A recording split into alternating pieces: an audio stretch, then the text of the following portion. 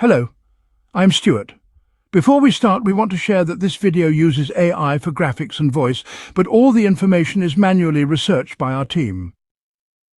Here in the video, we will share the details for the Skate 4 error code 852146987. The error reads, "Sorry, something has gone wrong. Please try again." See ear.com/unable- to connect for additional information.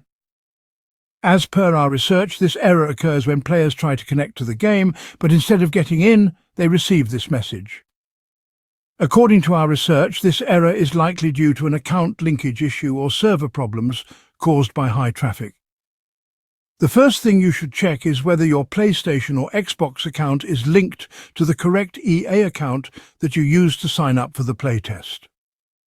If you have multiple EA accounts, you may need to unlink from an old account and link your console to the correct one. To check or change your linked accounts, go to EA account settings and connect your console account to the right EA profile. If you only have one EA account, simply verifying the linkage should resolve the issue. If the error still comes, then the issue is likely on the server side, and there is nothing you can do on your end to fix it. In this case, wait for some time and try again later. Thanks for watching. This is all we have for the error.